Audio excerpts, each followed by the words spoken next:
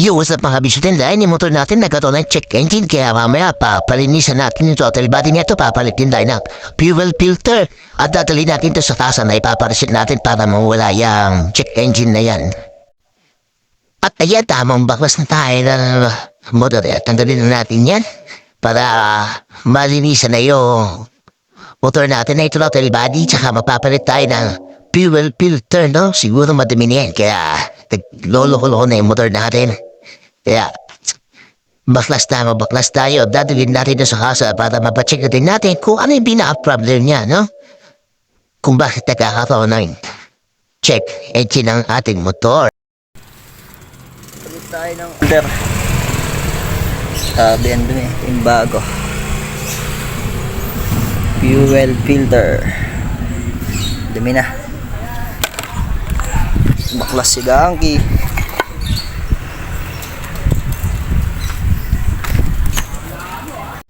Ayun mga bismen ay nakikakabit na natin yung fuel lang niya. Filter yan bagong-bago na napapalit din tayo. Ay napakadumi, no? Yan, kabit na natin para all goods in the hood. Then yung next natin na nilinisin naman yung total body niya, no? Wow. Grabe ang kiting. Dumi na ng ating ano yun to? Throttle body. Alilinisin na natin. How? Gagamitin natin yung Kobe power spray. Gasolina muna. Ayun, gasolina muna. Bago itong throttle body cleaner. Ayun. Grabe yung dumi, mga best friend. Ito plus doon na lang. Yung ginagawa. Grabe yung dumi.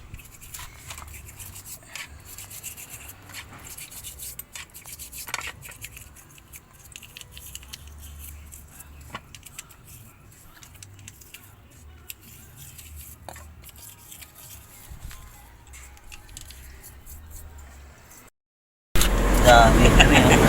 Umiwalay yung dumi sa ano? Sa gas. Grabe yung itim. Galing dito yan, no?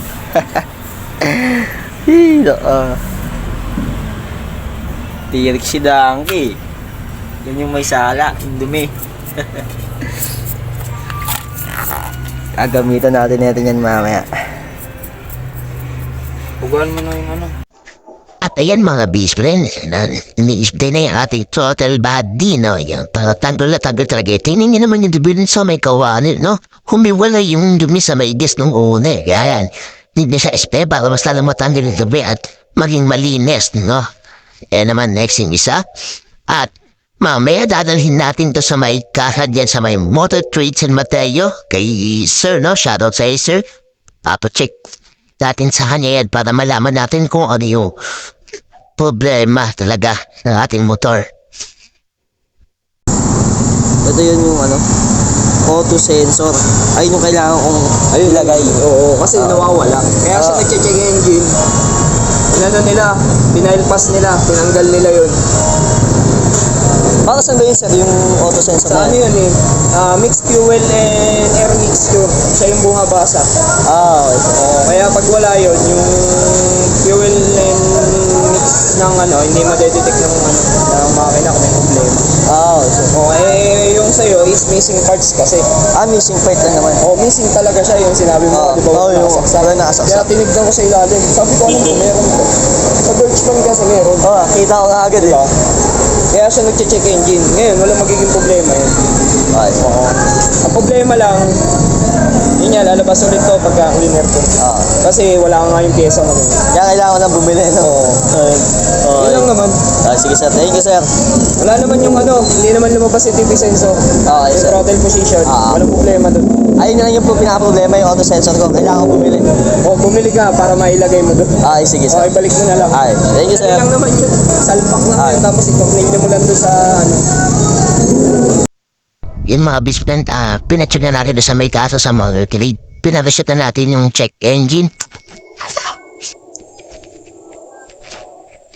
Ayan, wala na yung, ano niya, check engine niya dito. Wala na. Lumalabas, di na rin siya, lumalabas yung FI dito. Ang dahil nga yun yun, dahilan niya kaya nag-check engine dahil sa auto sensor nandito sa may ilalim. Tinanggal mo dating may-ari para Kaya kailangan bumili ng auto sensor para hindi na siya matsigigin at maging okay na at hindi naman tututitirik sabi ng mekaniko dahil yun yung problema.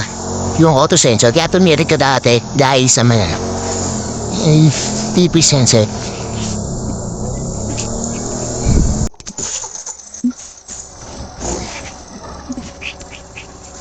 Abis na ito ay nasilidang. Abis na.